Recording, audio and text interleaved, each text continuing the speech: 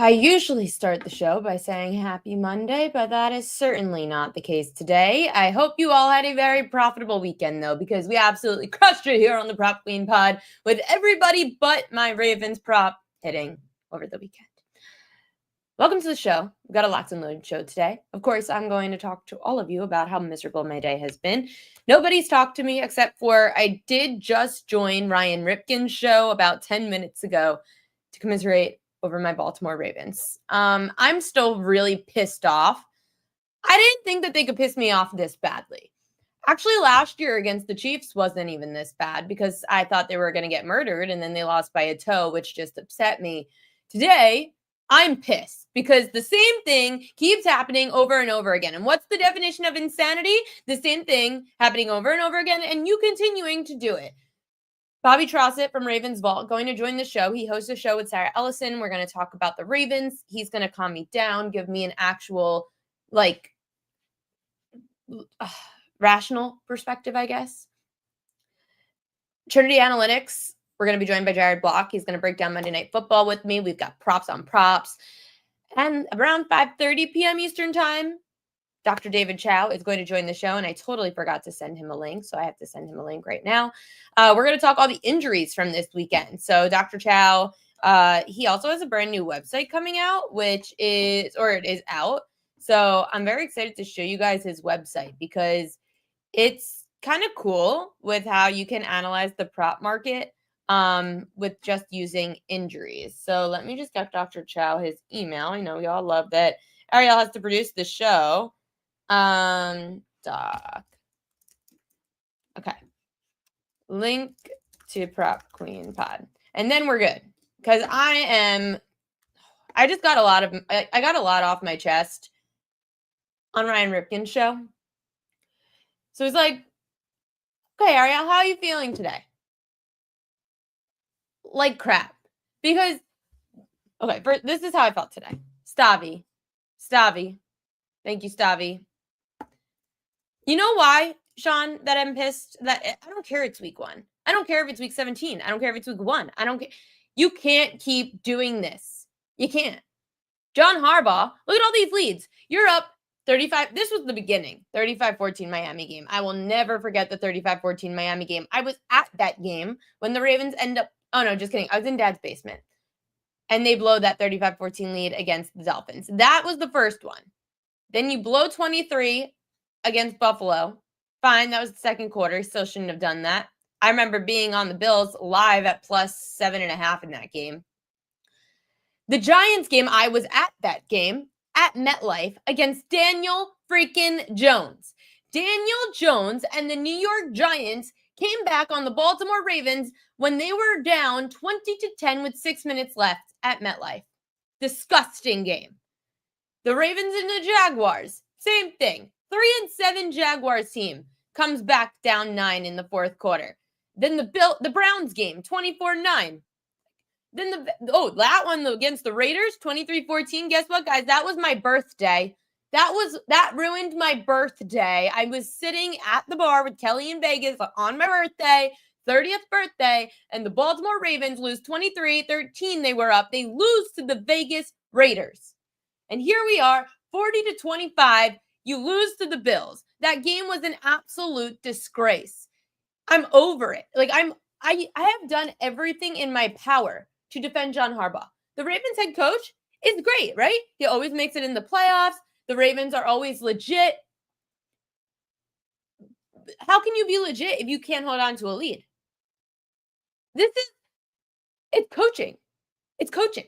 I don't care. Anyone could. Kurt Warner called out Lamar for missing one player. I think it was one player was blitzing and he should have seen that. He called it a smoke or something. He should have seen it and he should have gotten to Mark Andrews and that would have been a first down. Okay. Derrick Henry fumbled. Okay. These things happen in the game of football. You know what doesn't happen in the game of football? Your head coach continuously taking his foot off the gas. You could have thrown the ball. Maybe, I don't know, let Lamar Jackson throw the ball past the first down marker. No, instead we short pass to DeAndre Hopkins 3 yards in front of the first down marker. Why?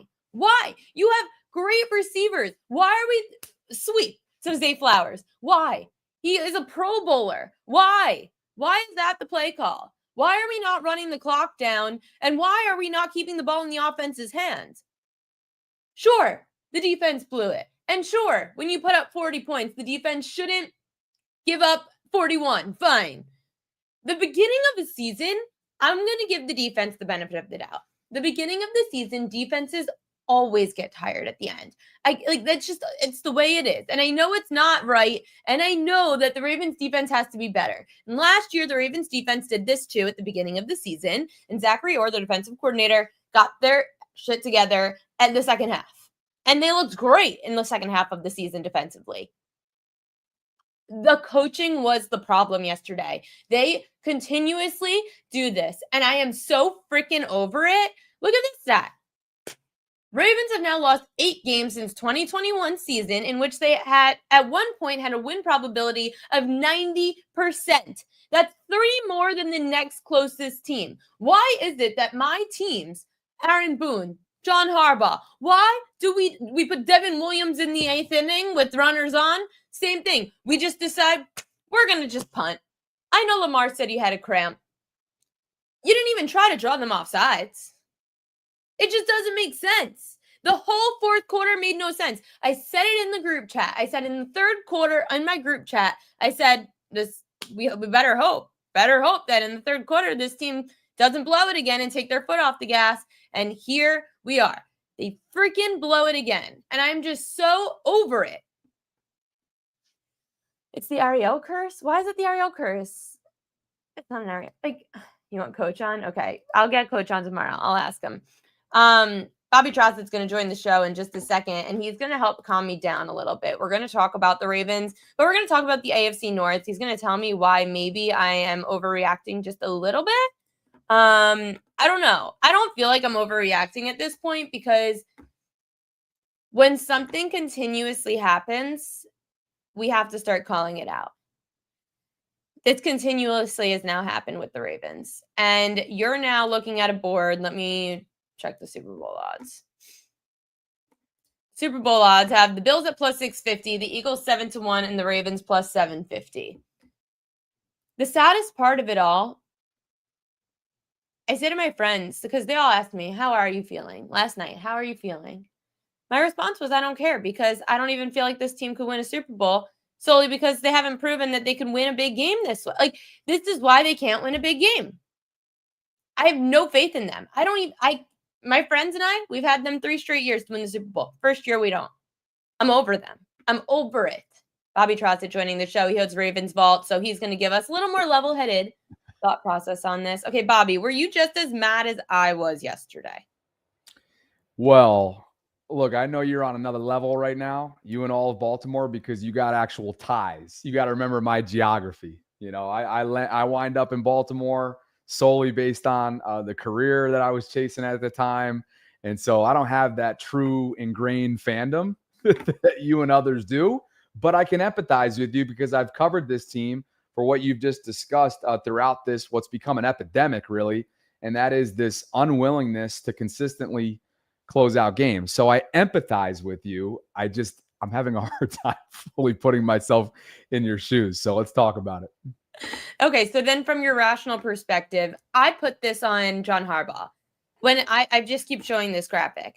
When this continues to happen, at some point, the common denominator is John Harbaugh. How much of this, in your mind, is John Harbaugh? Yeah, I mean, as the second longest tenured head coach, right? At some point, you got to point the finger to the guy that's the ultimate CEO whose watch all this has transpired under, and it goes back for years. And now each time you can go with, okay, it was an abandoning of the run, if you will, in the AFC Championship game. It was a ball security issues in the first half of the divisional round game last year in Buffalo, and this year it's your future Hall of Famer. I should say this year, meaning just last night in this specific, what have you done for me lately game. It's Derrick Henry en route to a signature performance where he's breaking Jim Brown previous records that have stood for years and going for potential 2 bills on the ground and stiff arming Cole Bishop and everything that was just one of the vintage Derrick Henry performances. And then he coughs up the football. And sure, it was a great play made. by Buffalo, but you're thinking to yourself, like, this is not how we had it scripted, right? In Baltimore. So at some point here in what is year 8 for Lamar, and how many years of coming up short it's been without one of the greatest in this generation, if not the greatest, in terms of pure talent and prolific nature with which he plays this game. At some point, if you're Steve Bisciotti, I would think that clock is going to start to tick in your mind, knowing that you can't let this guy play for another team. I mean, come on, he No. is Baltimore. And you can't ruin Lamar Jackson's prime either. You can't ruin his prime. He's not even 30 yet. The guy has over 70% of the games in which he starts, he wins. Obviously, the resume and the full body of work speaks for itself. He was able to outlive and overcome the Greg Roman era. Todd Monken is unlocked. And it's all due respect to Greg. They had a historic 2019. To your point about that era or those eras, the same thing happened. So now I can't even put the blame on Todd Monken. I can't put the blame on Lamar Jackson. It's no longer just an offensive coordinator problem. The one common denominator is John Harbaugh. And I know the chat's already going to get bored. So I want to just mention let's talk about the future. So now the Ravens move on to Cleveland, which is still actually a revenge game because of what happened last year where the Ravens couldn't close out a game again, where they lost to the Cleveland Browns when I was in Manhattan, Kansas with Kelly, watching at a bar, about to throw my barbecue at the projection screen because I couldn't believe what I was watching. The Ravens are 13-point favorites. I think it was 11.5 last night when I checked. So they're pretty heavy favorites at home against Cleveland in the opener. They should destroy them. It's Joe Flacco back at the bank as well. Bobby, how concerned should we be going forward knowing that it's after the Browns, Chiefs, Lions? Yeah, I think you and I are both old enough to remember they were staring 0-2 in the face, and they lost this exact game in this exact home opener a year ago to a Raiders team that was not even on the same playing field in terms of talent. So look, anything goes. Obviously, I'm going to be predicting a Ravens win. I think they're going to handle business, but at the same time, this is a Cleveland team that might be 0-1. Could have very well easily been 1-0. Did we watch what happened yesterday? I mean, Joe Flacco got absolutely no favors whatsoever from his pass catchers. 2 of those deflections end up in interceptions. His kicker, and not only misses an extra point, but a field goal as well. I mean, that could have easily swung in Cleveland's direction. And yeah, to your point, I mean, Jameis Winston under center a year ago for the Browns, and Kyle Hamilton misses a pick that he'd probably reel in 99 times out of 100. Weird shit happens in the AFC North. And will I be surprised if this time next week they're staring at 0-2? Yeah, I'd probably be surprised, but certainly not out of the question, because the bottom line is, Ariel, I mean, honestly, this is a team that you have a hard time trusting at this point. And I don't think there's anything hyperbolic about them. I still see them ripping off double-digit wins pretty handily once they catch their groove this year. I still see this defense coming around and having a couple double-digit sack getters when it's all said and done. I still see them, winning this division and earning a playoff spot and winning, a game or two and having a chance when January comes around. And this could very well be, you hate to be a prisoner in a moment, right? We may have just watched a preview of the AFC Championship games. Probably not going to be happening in Baltimore, by the way. We know how much this is, the implications that went into. Doesn't matter. They lost that one too. Yeah, right. So it doesn't matter.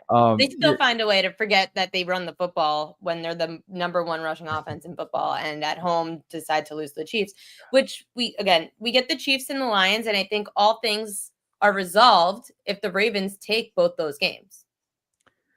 Sure. I mean, look, it's a team that it's first place schedule. We know what's upcoming for them. It's been a first place schedule the last couple of years. I think they'll be the first team in AFC North history, if they win the division, to rip it off and win it 3 straight seasons. So again, I'm trying not to be a prisoner of the moment, because this is a Buffalo team that obviously had a lot to play for. They had as many emotions as the Ravens did going back to their place last night. Remember, it was the last first time, if you will, at Highmark Stadium before their new stadium is opened up and whatnot. And what I think, as much as curious to hear your thought on this, because you do have that diehard fandom. Last year it was easy to sort of label some of their losses, maybe the majority of their losses, as self-inflicted wounds, where you could say, yeah, that the team that looks back at them when they look in the mirror is what's in their way. To me, I just can't get behind that last night. As fluky as it was at times for the Bills, don't get me wrong. There were a couple fluky plays, right? Malachi Starks drops the would-be pick. Cheeto does the same. You had the tip drill ended up right in the breadbasket of Keon Coleman in the end zone. A couple flaky no calls, one on Bateman that I'm sure that the officials would want back. But that was utter domination by the Bills in the fourth quarter, to the point where there was just a non-existent pass rush. At times you saw, I saw almost like a lack of want. There was like a lack of conditioning, maybe, week one legs from underneath these guys. But yeah, I have a hard where time can the Ravens get better going forward? Where can they get better moving forward? God, I mean, where do you start defensively? Right. Well, that's what I keep hearing. Offensively, you saw what they're capable of, and it's scary if they don't stop doing it. The defense, I keep hearing from all of these analysts, former players on TV today, the defense has no identity, and they want Zachary Orr to create an identity for this defense. I saw that as well. Yeah. Chris Carter being one of them who just straight up was like on Kay Adams' show, he's like, Harbaugh has been, non-existent on the sideline for 4 or 5 years. He goes out to say, now I'm not sure about that.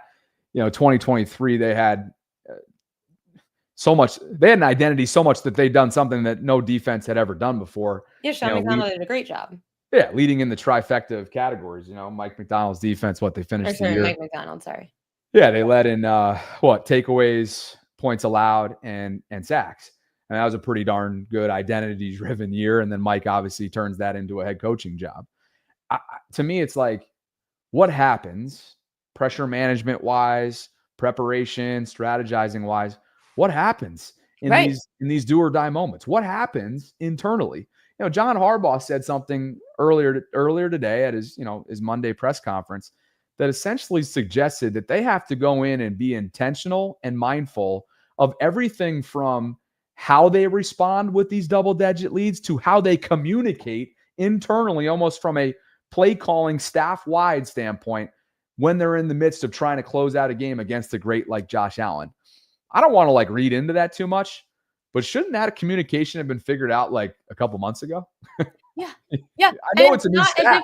And last year, I would give them the benefit of the doubt with a new defensive coordinator. There were a bunch of new key contributors, first full year of Roquan. There were a lot of new things last year.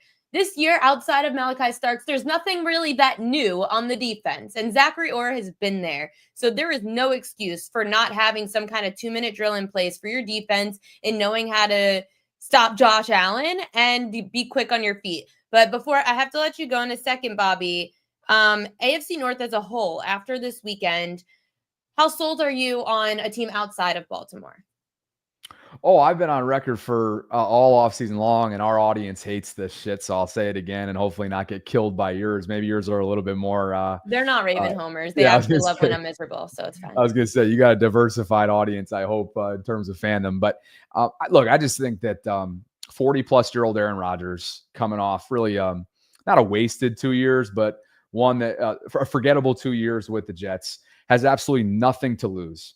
And to me, with the framework that is Pittsburgh, which is finally consistent and stable framework around him for the first time since he left Green Bay, with nothing to lose, with a stellar defense, some playmaking ability around him, not a ton of mobility, but can still sling it.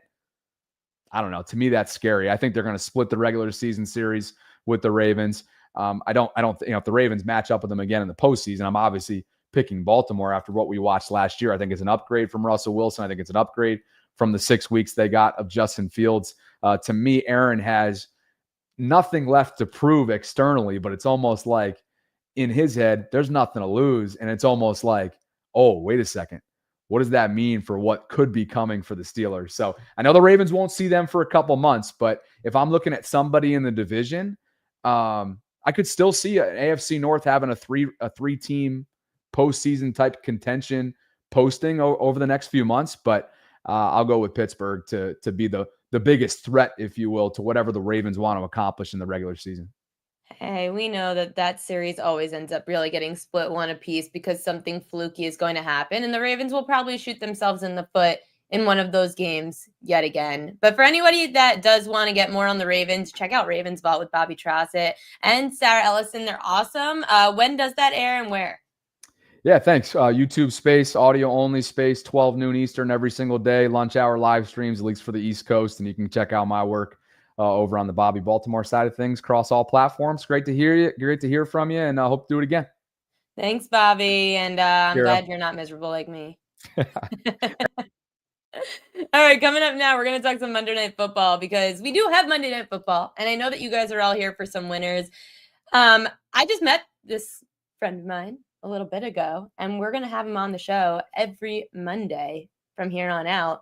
We're going to do a fun little SGP thing, but I was so pissed off yesterday that I didn't get to messaging him and planning this. So we're just going to talk Monday Night Football props. Let's bring him on. Jared Block from over at Trinity Analytics. How are you? I'm doing great, Ariel. My team was victorious week 1, upsetting the Lions, so that felt really good. Sorry to hear about everything that went down the Packers, so I am happy about that. Yeah, I'm glad to be on today. Maybe not under the circumstances, given I hate both of these teams playing, but I'm certainly optimistic to talk about them. It's going to be a tough game because I was trying to handicap it, and essentially you're guessing because we don't know what J.J. McCarthy is going to look like under center yet in Minnesota. We do know that the Bears are terrible against the run, which is kind of the approach I'm taking. How are you breaking down this game with a quarterback we've never seen at this level? Right, and we barely saw him in preseason too, so we're coming in rather blind to this, and we also know that they're down Jordan Addison, which doesn't help, and we have another running back in the mix with Aaron Jones in Jordan Mason here as well, so lots of moving parts. We do know, though, that McCarthy does take care of the ball. We have a decent, maybe not great offensive line situation here for Minnesota. I do think that the weapons certainly help the situation. I do want to make sure that left tackle Christian Darrisaw is actually in for this game. He's questionable. We'll find out if he's playing in about an hour here. That would obviously help the McCarthy situation. I think that this one is rather tricky. Looking at player props, I do like the spot for the safety blanket and TJ Hawkinson. We know that the Bears have been decently good against wide receivers, but to your point, they did not play well against the run last season. And we know that the Bears have given up a lot of the fantasy points to the tight end position. So I do expect that Hawkinson should be the second most targeted receiver tonight. He's done well against the Bears historically, and I do think that spot sets up nicely. In terms of what McCarthy is expected to do, I don't have much of a say in this other than to just throw my hands up and see how it goes tonight. I worry about, from a fantasy perspective, season long, how if we can trust more than just Jefferson and Hawkinson to get the job done. We don't really know how many receivers that can be supported in the situation until we see it. How do you see that backfield working? Because now in Minnesota, you've got 2 different running backs that we could kind of focus on. And obviously, Aaron Jones is your main contributor. He's your veteran. His prop was a little low today, which I kind of liked. But Jordan Mason coming over as well, not necessarily an RB1, but could help in aging Aaron Jones. Yeah, Aaron Jones did clear 70 scrimmage yards in 7 of 9 road games last season, which is a positive. Though I do worry quite a bit about what this looks like week over week, because the Vikings were one of the worst teams in the league in converting rushing scores last year, and they brought in this specific running back in Jordan Mason to be the guy that gets the ball over the goal line. He's much bigger in frame than Jones is. He's in a spot where I think that he could probably take 3rd and short situations and be the guy that goes and gets the touchdowns and vultures Aaron Jones, which is one of the main reasons why I didn't want to draft Jones in season long this year. I do think Jones should be the passing back and handles all that side of things. And obviously, he has more experience in the system with 1 year under his belt compared to Mason, who's just coming in here. But I think this is a spot where I'd be really scared to have full trust in Aaron Jones. And specifically, those anytime touchdown odds go down a lot, considering what I do think Mason could provide. So it's kind of where I'm going right now with this. I do think Mason is a decent get ahead of the field anytime touchdown bet today. By the way, everybody, Jared likes to use props.cash as well. We're both props.cash people, which is why I kind of met him that way, because of props.cash. So remember the giveaway, everybody. You guys get 50% off for the first month of football season if you use promo code PropQueen. So go sign up, and then you could win a free jersey, because obviously we know that Sean Michael wants to try to win a free jersey. Okay, Jared, you sent me this. Chicago Bears in an SGP, DJ Moore, 30 or more yards. Why? Well, I think this is a spot where I'm very, very interested in DJ Moore overall. He did really well in this matchup last season. We now know that Keenan Allen is in LA again. And while I think that Roma Dunze takes the step forward, I do think this is Moore's role. This is his spot to go off, and he thrives in primetime historically. So I do like the matchup a lot. We all know that Ben Johnson's system is very, very dependent on a wide receiver one. So if we think that the Amon-Ra St. Brown role goes to DJ Moore like I do, this could be a monster start to his season in a really, really good matchup. Caleb Williams has also handled the blitz from Brian Flores very well. So this isn't really a direct translation, but the 4 times that Ben Johnson has taken on Brian Flores' defense, the Lions put up 30 points in all 4 of those games the past 2 seasons. So I don't think we can necessarily say that that translates directly to Chicago tonight, because it's a completely different system and offense and personnel. But I think that the Bears, I'd be willing to say that they will be the better team, the better coached team, the better well set up team. And I just don't really want to bet on a rookie quarterback making his first overall game in prime time on the road. So I'm going with the Chicago Bears to win, and I'm going with them to cover the spread to it +1.5. Bears quarterback Caleb Williams. Now, we've seen him for a season, underwhelming, but getting a Vikings defense that up front, they're scary.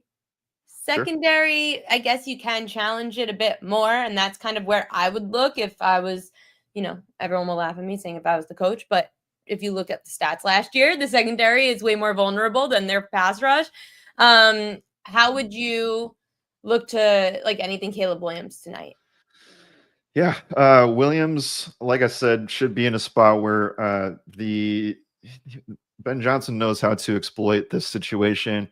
And in the 2 games that Caleb Williams played against the Vikings last season, he was pressured upwards of over 45% of those snaps. So they dialed up the blitz against Williams, and he handled it well. He had no turnovers against the Vikings last season, which was a promising sign heading into this season. He also ran for 30+ yards in 6 of Chicago's last 7 home games the back half of the year. So there's definitely dual threat ability here, and he seems to be handling the blitz that obviously the Vikings do at the top clip in the NFL. So I think if that plays out a 3rd time, we certainly could see that be a huge step up. And that's why I think that the DJ Moore stuff and the Roma Dunze stuff really, really works in his favor. So if the Vikings can't establish and put pressure on Williams, then I think he's going to have a lot of success in the secondary. Before I let you go, we've got one question from the audience. Dottie Dotson wants to know thoughts on Swift 3 or more receptions. I love it a lot. We have seen, again, maybe not direct translations, but we've seen a lot of running back success from a Ben Johnson system the past several years. You look at David Montgomery's touchdowns, you look at Jamal Williams' touchdowns from a few seasons ago, and specifically for that question, you can not really directly copy paste, but I do think it's pretty close to what Jahmyr Gibbs can produce in the passing game in terms of the amount of plays and reps called and first reads in the passing game. So I do think that we're going to see a lot of receiving success for DeAndre Swift. Yeah, that's probably the only side of the ball that he can have success on tonight. At least I hope, and I'll talk about it why. Prop Queen Edges. But Jared Block, we'll have you on every Monday throughout football season. Trinity Analytics, you can catch him over there. And of course, props.cash. We're just going to get props.cash to sponsor our segment because why not? Why not? Thanks, Jared, and good luck tonight. Thanks, Ariel. Okay, for the chat, get your questions ready because I'm bringing on this next guest. And I'm bringing him on today because everyone overreacts, right? Like me, we overreact. I'm not overreacting though. Like, I know that this, like, the Ravens are a problem. Like, this is a bad problem. I'm not overreacting, but we overreact to injuries sometimes. So if you have any questions about injuries, whether it's your fantasy team, don't make it stupid though. Like, give us legit questions. I'm going to make sure that we don't have stupid questions from Pro Football Doc, or now it's SICScore.com, SIC. Wait, I'm going to spell it wrong now. I know how to spell it. SICORE.com. David Chao, Dr. David Chao joining the show. I know, the spelling of it sometimes messes me up a little bit. SIC Score, SIC Score. Yeah, Sports Injury Central. Score. Yeah, it's a new website, and everyone has to check it out. We're going to talk about what's new about it, the new stuff that you created this season, which we'll get to. Dr. Chao, their biggest injury this weekend was my heart. My heart is broken. Don't overreact to the Ravens. I get it. It was a bad beat and the whole deal. And I know you're a Ravens fan, but, don't overreact to it. I mean, look, your team played very well, obviously. Look, Derrick Henry is a beast. I'm amazed, since we're on this, and it's not really a prop, but, I'm amazed that Derrick Henry is anywhere from plus 7,000 to plus 10,000 to be the MVP. Now, I get it. The MVP is running backs. It is a quarterback award. But think about this, Ariel. MVP voters don't love, giving it to the same guy year after year. Patrick Mahomes every year, Josh Allen every year. So all the guys above there are Josh Allen's gotten it. Lamar Jackson's gotten it several times. Patrick Mahomes. Look, if Jordan Love ascends, he could get it, right? But I think, who's the number one person that was, quote, slighted last year in the MVP ballot voting? It ended up being Josh and Lamar. Saquon. He had almost 2,000 yards, so you can make that case. He got Offensive Player of the Year. Yeah, but I'm just saying, if Derrick Henry stays on this trajectory, there's as you would say in your world, there's a ton of value in plus 10,000. You're right. You're right. I would love for Derrick Henry to get MVP, especially because I feel bad that he's putting the loss on him, and it was so not on his fumble yesterday. But Dr. Chao, there were a bunch of injuries. Most notably, I would say there's two, but Brock Bowers was really the big one. I know you broke it down a bit over on Pro Football Doc on your X page. What do we know about Brock Bowers? Well, according to the head coach, everything is great, but we love Pete Carroll.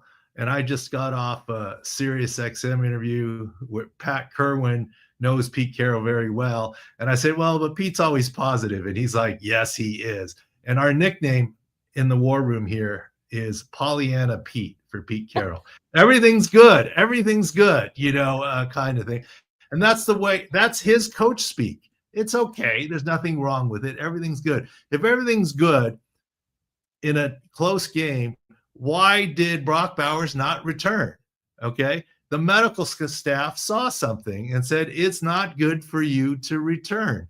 That's what it's about. What did they see? Thankfully, I saw the speculation, non-contact. Oh no, it's his ACL. It is not his ACL. He is fine from that perspective.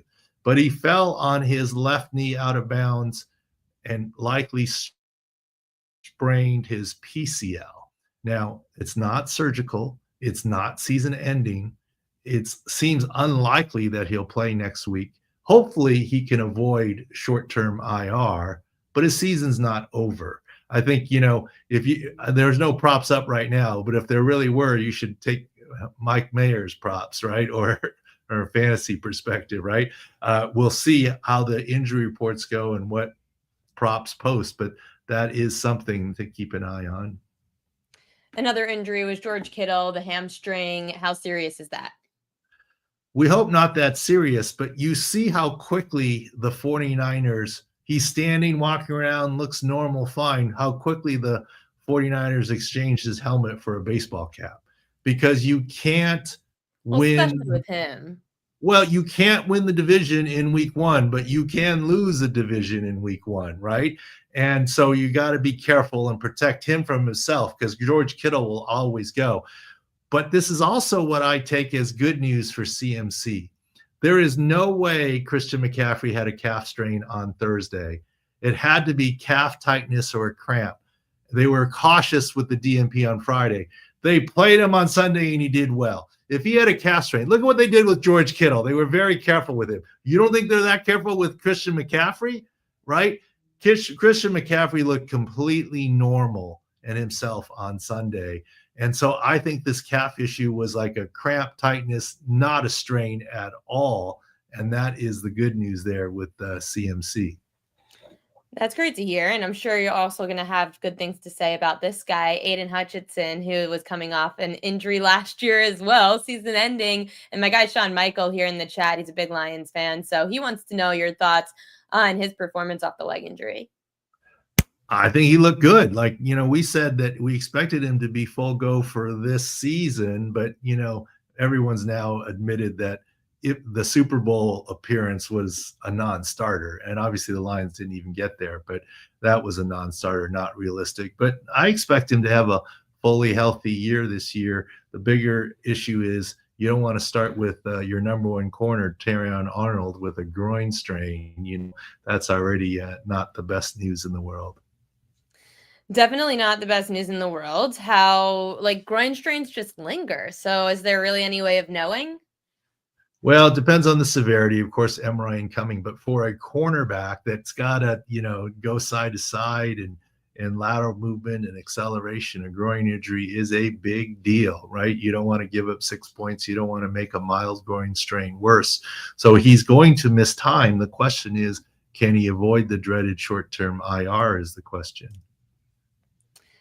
We also had an injury to Xavier Worthy, the wide receiver for the Kansas City Chiefs. Matt Reichel's asking, how bad is the shoulder? Well, he dislocated his shoulder when he ran into Travis Kelce, or Travis Kelce ran into him, however you want to say it.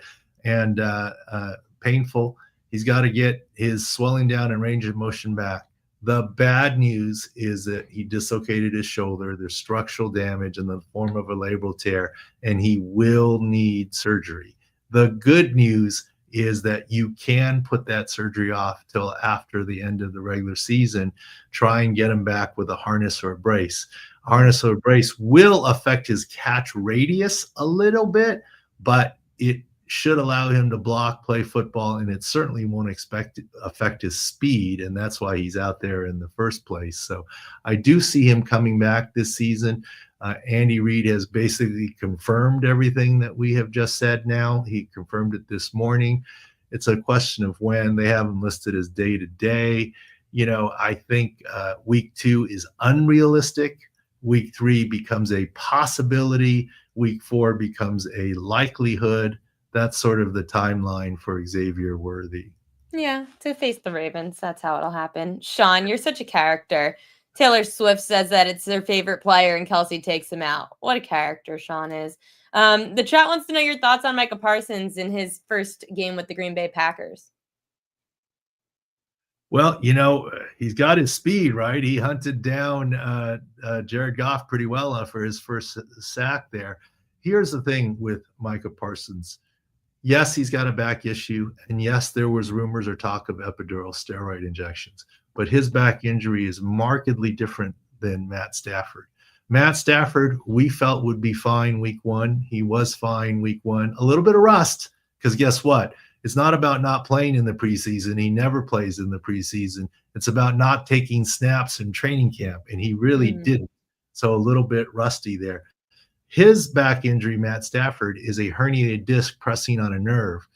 That is fine until it's not fine, and that's dicier in the big picture, long-term down the season. You never know when it will act up again.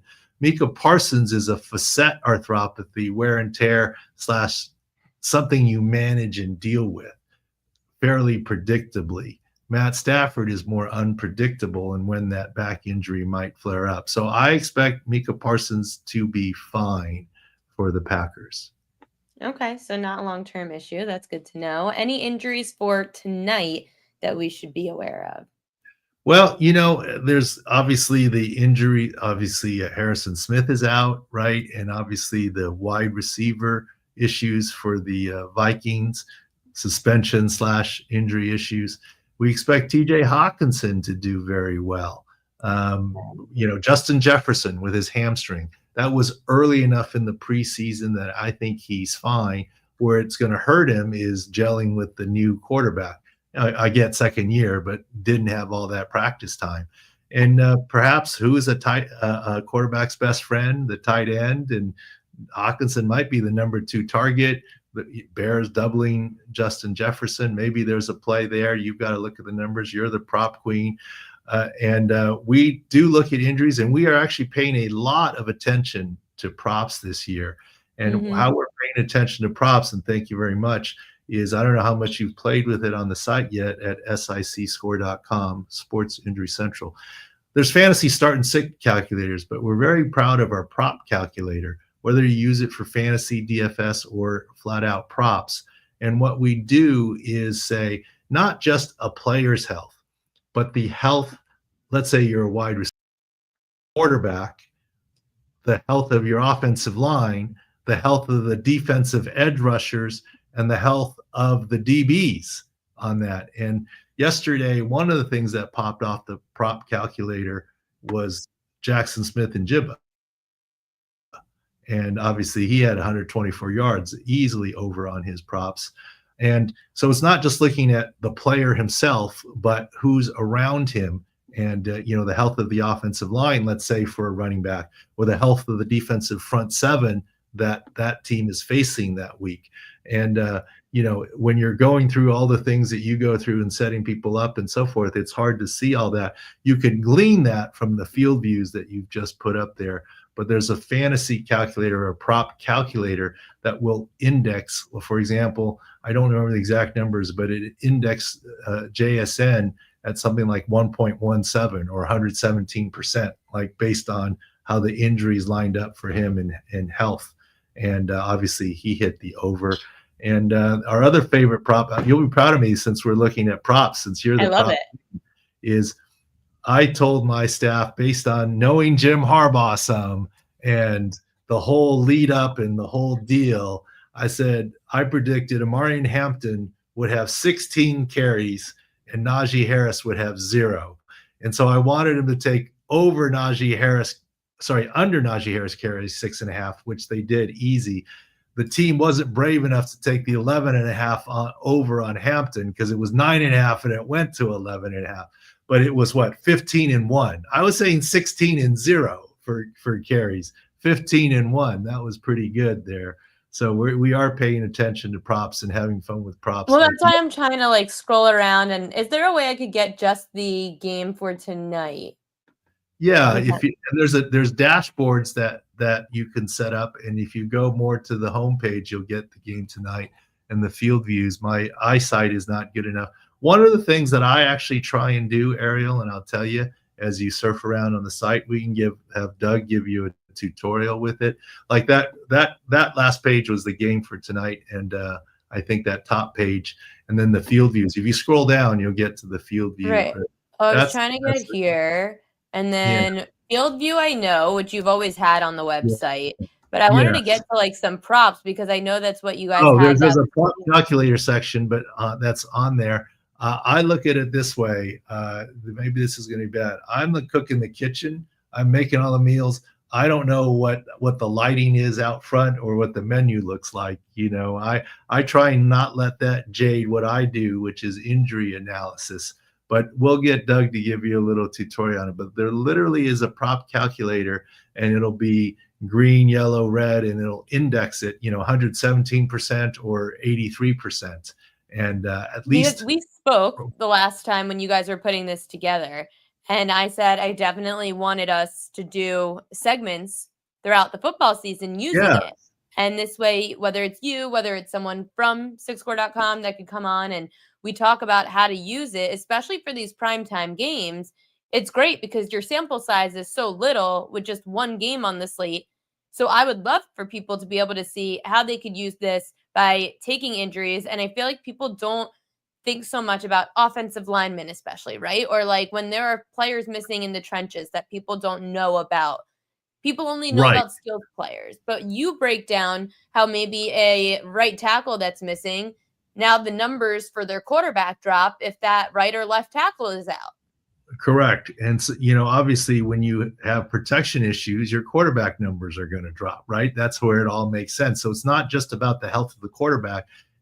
And one of the reasons we like Matthew Stafford and the Rams on Sunday, not only because of Houston's health issues, but the fact that Alaric Jackson was back and he had an intact offensive line to play. But it didn't surprise us that he had a little bit of a slow start because of rust, because he didn't get the practice time. You know what we'll do, Ariel, if you want to, is I'll get Doug or Taylor, one of the guys, to walk you through it all live with your fans next week. In the meantime, Doug told me that he set up a special promo code, Prop Queen. If you go to SickScore.com and put in Prop Queen, you get a discount related to the Sick Picks. We do have a guarantee this year. We've been hitting across 6 years. Sports Injury Central, using injury advantages, have been hitting at 56.5% across 6 years. Our worst year was 54.6%. And as a result of that, the Sports Injury Central staff has put together a guarantee, a winning NFL season for sides guaranteed, or your money back, because that's been the track record. And the new fun thing we came up with this morning is we are the only site in the world endorsed by the two Billy Goats, we call them. Billy Walters, right? The greatest NFL gambler of all time. And Bill Belichick, another goat. I love that you had him on this year. Yeah, that was fun to have him on. And he was actually kind of entertaining, wasn't he? That's the one interview for my podcast that I've ever worried about, because I was like, he can be grouchy, but we got him on a good day. We got him on or maybe it was the skill of just joking. No, it's true. It's your skill. Totally. No, it's You're joking. The best interviewer that Bill Belichick's ever had. I'm the best doctor that has ever interviewed Bill Belichick. That is for sure. Probably the only one, because I know what Bill does with his doctors. He interviews his doctors. Bill grills his doctors. His doctors don't grill or talk to him. It doesn't work that way. And for anyone who doesn't know Dr. Chao, he was an NFL doctor, team doctor. So he knows how all the protocols work. He knows a lot of people around the league. And now he runs his site, SickScore.com, which is going to help all of you with your prop analysis. And that's the point of this show, is to really give you all the tools that you need to be better at prop betting. There you go. And, JJ McCarthy indexes 8.4% under based on health. That's not as big as some of them, but that's something for someone coming off of the season-ending surgery he had a couple of years ago. What can we expect from him, whether it's full season early on that then gets better throughout the year? Okay, here's the issue. JJ McCarthy, I think, will be fine in terms of his health. He had the meniscus repair, but look, I call him a rookie. He's still his second year, right? But he's a rookie, and I get it. You have to have him healthy, but there's no replacement for live games, right? You can scrimmage all you want. You can take training camp snaps all you want.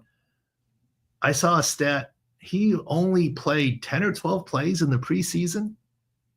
I mean, yeah, he took a lot of snaps in practice to get ready, but he only played 10 or 12 snaps in preseason. That seems like you're asking the young fella to do a lot, right? In a first game, primetime game against a tough Bears defense with a good number of his wide receivers out for the game, and Christian Darrisaw still a little bit iffy on his bum knee from his recovery from his ACL, MCL. That's asking a lot for a young fella. It absolutely is, which is why I have zero interest in betting any overs that regards the Vikings passing game. The only thing I'm looking at is their run game, and probably fading JJ McCarthy and his passing game in some capacity. And I know that we said Harrison Smith is out, the safety for the Vikings, but I don't really see anything else. I feel like the other linebackers are in, the safeties, so at least that's decent for the Vikings D. Yeah, and who's healthier? Who's healthier? Bears or the The Bears are healthier in this instance here, and the defenses are healthier than the offenses on both sides of the ball. So Adam Thielen, by the way, Adam Thielen back in Minnesota. Is he going to make it through a season? I hope so. I love it. The comeback there, etc. Look, I don't wish ill will on JJ McCarthy. I just think the game of quarterback and the NFL speed is so great. It's very hard to duplicate is all. And it's not just about hitting your receivers. It's making the protection calls and the cadence and getting it right and the pressure of doing it all. It comes at you very, very fast. And it'll be interesting what Ben Johnson can do with Caleb Williams, right? And that's going to be fun. Probably not much. Dr. Chao, thank you so much for hopping on here on a Monday. I know you're busy. We are very excited because I want every so often for us to come on and show sixscore.com to get you guys some subscribers too, because I think it's going to be a very useful tool. I'll have Doug or Taylor walk you through it next week. All right. We'll do it. Perfect. Live for the audience. We love the live audience. Dr. Chao, thank you so much. Have a great week. We've got to get to Prop Queen Edges of the Day, and I've got propaganda, obviously. Let me just tweet out. We're talking a little Major League Baseball today too, guys. A little bit of MLB. So first, I guess we'll do what you guys all want, which is football. Let's get to propaganda.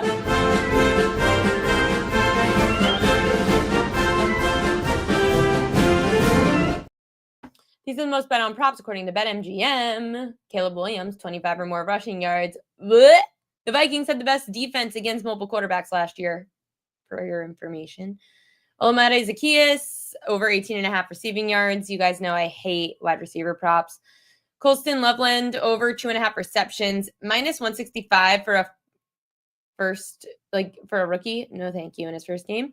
JJ McCarthy, over 16.5 rushing yards. Don't love it, don't hate it, just because I guess he might scramble, and the Bears do suck against the run, so maybe. Dunze, over 47.5 receiving yards. Again, I don't love wide receivers, so sorry about that.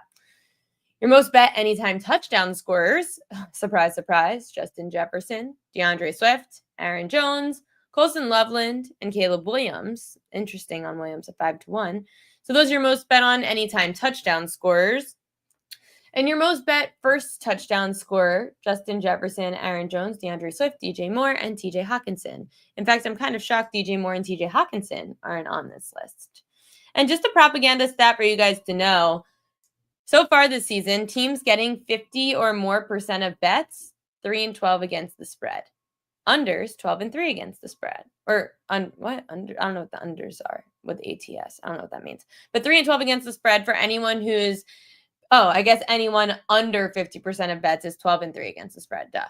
But anyone who's getting majority of bets, not money or handle, but the majority of bets, 3-12 against the spread. So it's kind of the indicator. It's like when you see majority of bets, the public. So just saying, fade the public. Fade the public. I've got props for Monday Night Football. I told you I was going to fade JJ McCarthy tonight under his pass attempts. First off, first game in the NFL. The Vikings, they have reliable running backs. Aaron Jones is reliable. Jordan Mason's reliable. Lean on them. Limit the mistakes of your rookie quarterback. I know he's not a rookie, but it's his first game. The Bears were terrible against the run last year. So Chicago allowed the fourth least pass attempts per game because everyone just was smart and ran the football against them. 67% of quarterbacks went under their pass attempts prop against Chicago. And again, the only difference is that most teams are ahead of Chicago, so they don't have to play from behind, which means they don't have to throw. Just if the Vikings are smart, run the football. Run the football against Chicago. So JJ McCarthy under 31.5 pass attempts. I feel like the number is kind of high for someone in their first NFL game. That said, Aaron Jones over 49.5 rushing yards. So all weekend I've gone back and forth. Like some of these numbers are a little low, and then I'm like, you know what? It's week one. The book doesn't know either. And a lot of those times, like Travis Etienne, the numbers were very low. Even though Jordan Mason's there, Aaron Jones is still your veteran back. And against a horrible run D like Chicago, who allowed the second most rushing yards per game last year behind the Carolina Panthers, 120 rushing yards a game to be exact, there should be enough love to go around for Aaron Jones to go over 49.5 rushing yards. 68% of running backs last year went over their rushing yards prop. So I'm just going against the Bears' bad run D. For the Bears tight end, Cole Kmet, someone mentioned this in the chat, over 8.5 yards for his longest reception. I saw it went up to 9.5. That's fine too. He hit the over in 7 of 8 matchups against the Vikings dating back to 2021. The Bears did draft a tight end in the first round, but it's still only week 1, and Kmet is the one that does have the experience. You could test the Vikings linebackers, Blake Cashman, Ivan Pace, who have injury history. And Minnesota safety Harrison Smith is out with an illness. So the number at 8.5 or 9.5 for a longest reception on a experienced tight end who had success in the matchup against the division rival, I would take a shot on that for the longest reception. And the Bears running back, DeAndre Swift, under 53.5 rushing yards. Swift played in 6 games last year against top 10 run defenses. He only averaged about 50 rushing yards a game in those matchups. That dropped down to 40 yards a game when facing a top 10 run D at home. The Vikings were top 10 against the run last year. They were limiting running backs to just over 4 yards per carry. That was 10th best in the league. The defense also got better. They added Jonathan Allen, Javon Hargrave.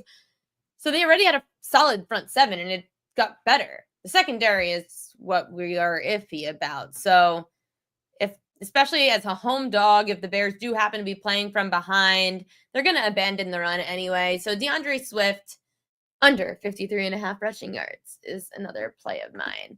I was looking at DJ Moore because I was actually looking at his longest reception. His numbers aren't as great in the matchup as like Cole Kmet's were, which I know it's a little weird, but you could maybe, I guess, receptions, but I was looking at longest reception for DJ Moore, and he didn't go over it as much as I would have liked. So I stayed away there from DJ Moore. And it's like, if you want to use props.cash, go use that for your wide receiver props. Wide receiver props to me are like offensive player props in Major League Baseball. Like, you could pick, at least if you pick a defense that's bad against tight ends, usually you got 1 or 2 tight ends to choose from on the opposite side. If you've got a team that allows a lot of passing yards to quarterbacks, you got 1 quarterback to choose from. If you got a team bad against the run, you got 1 or 2 running backs to choose from.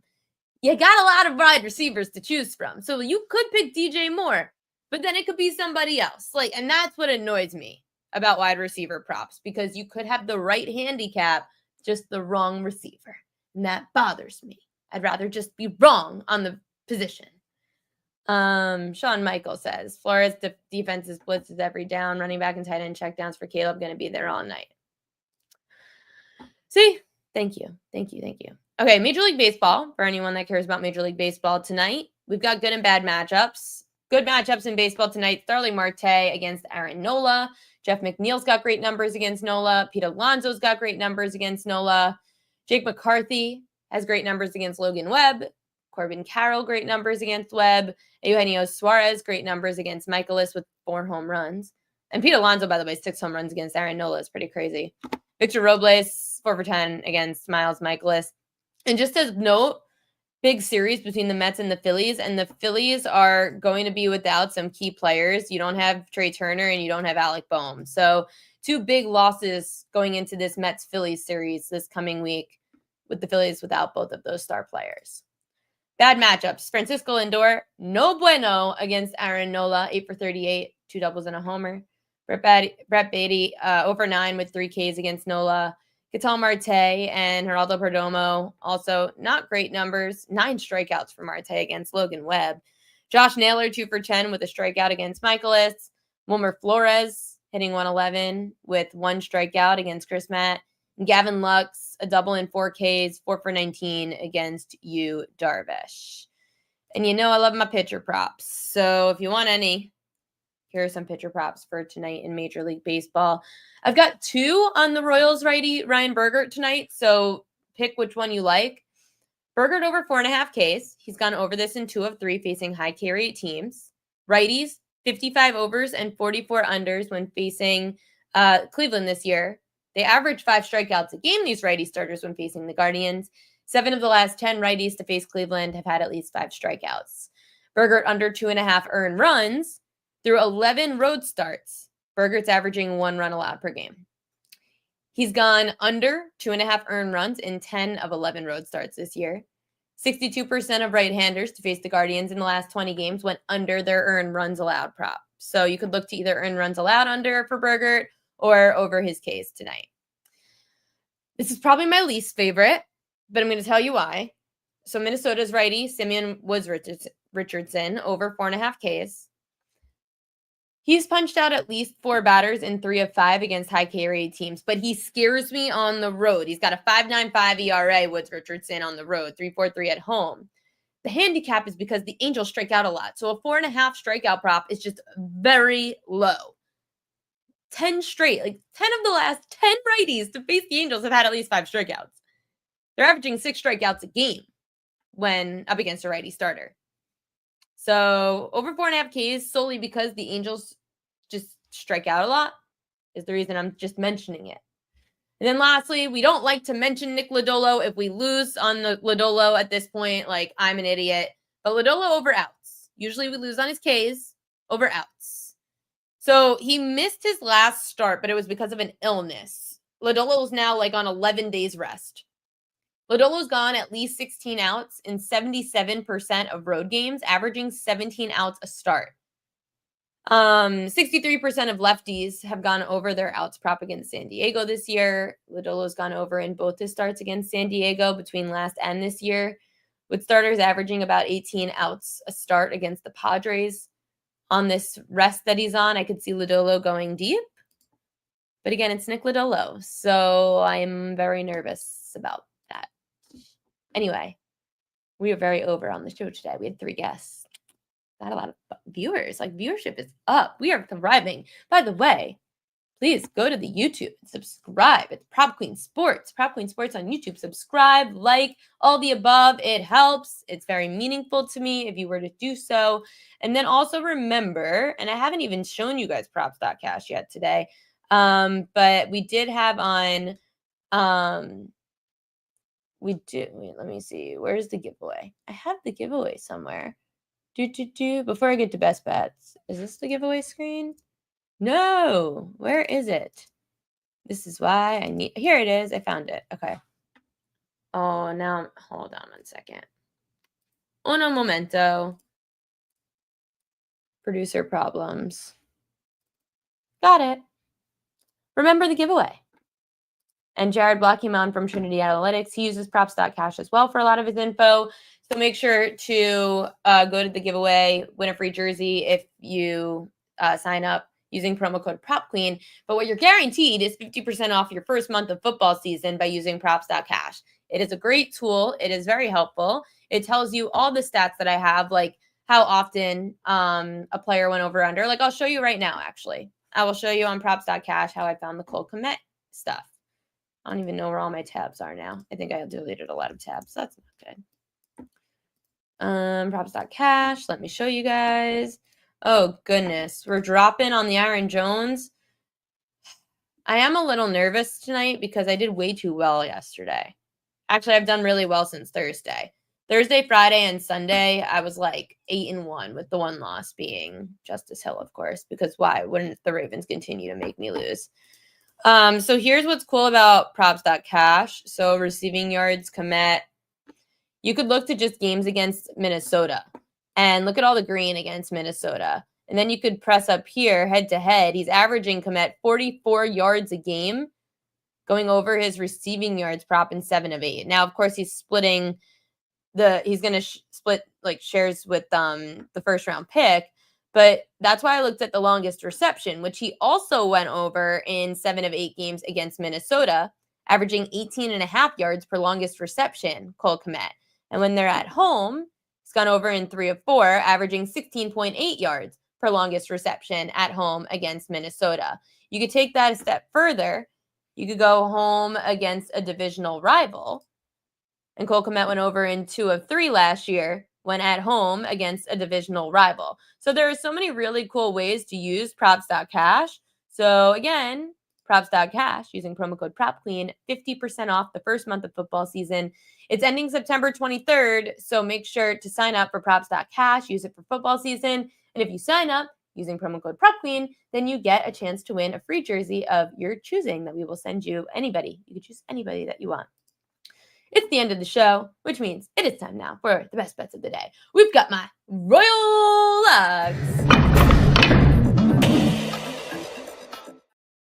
Locks of the day. We've got a pitcher prop and 2 Monday Night Football props.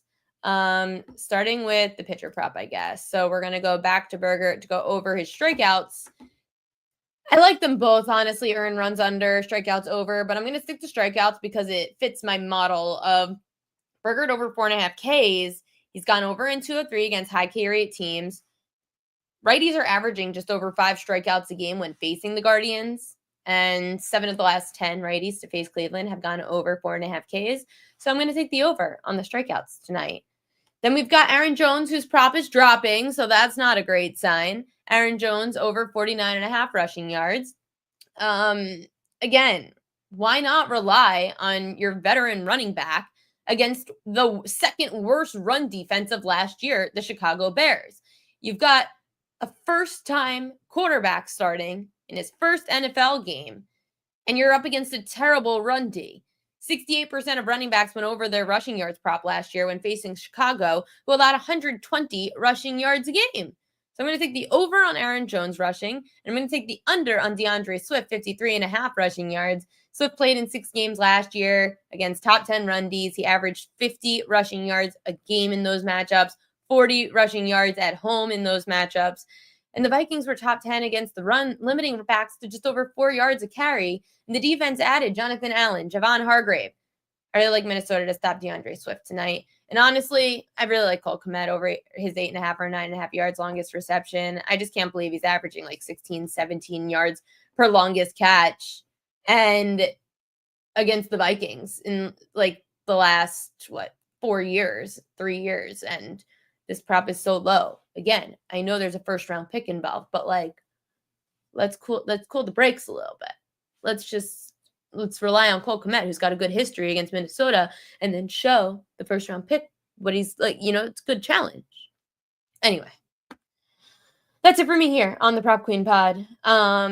Yes, Jamie34 likes Swift's receiving yards, and I think Jared Block also said he likes Swift to have 3 or more receptions, or go over his receiving yards. You could go that route as well. I just think they're going to stop him in the ground game.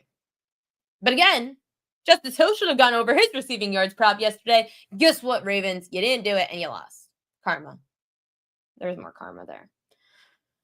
I'm going to go calm down, and I'm trying not to drink wine in the week, even though I'm going to have an event on Wednesday, so I have to probably then, but I'm going to try not to.